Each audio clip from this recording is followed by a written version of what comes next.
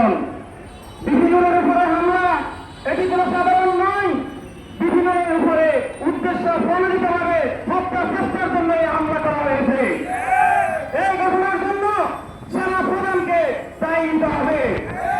এই ঘটনার জন্য, এই হামলার জন্য পুলিশ কমিশনারকে দায়ী নিতে হবে। এই ঘটনার জন্য প্রধান উপদেষ্টাকে দায়ী নিতে হবে। এই ঘটনার জন্য অন্তর্বর্তীকালীন সরকারের সকল উপদেষ্টাকে দায়ী নিতে হবে।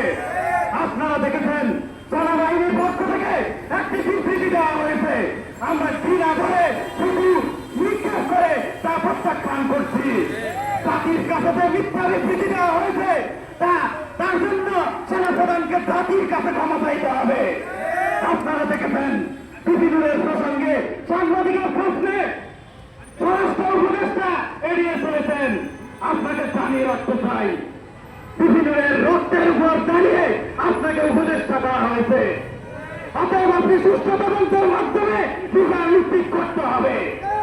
আপনারা দেখেছেন কি নির্মমভাবে বিভিন্নের উপরে হামলা করা হয়েছে সেনা সদস্যরা, পুলিশ সদস্যরা।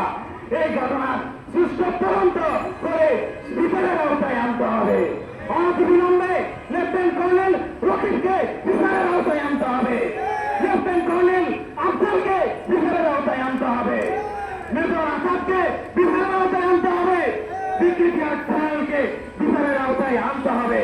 আপনারা পুলিশ প্রশাসন থেকে জানিয়েছেন লাল পোশাক পরিয়ে তো সেই লোকটি আপনাদের কেউ নয়। তাহলে আমাদের প্রশ্ন, আপনাদের সামনে কিভাবে লোকটা আমাদের উপরে হামলা চালিয়েছিল? অনতিবিলম্বে লোকটাকে চিহ্নিত করে বিচারের আওতায় নিশ্চিত করতে হবে। এই বলে আমি আমার সংক্ষিপ্ত বক্তব্য এখানে শেষ করছি। ধন্যবাদ সবাইকে।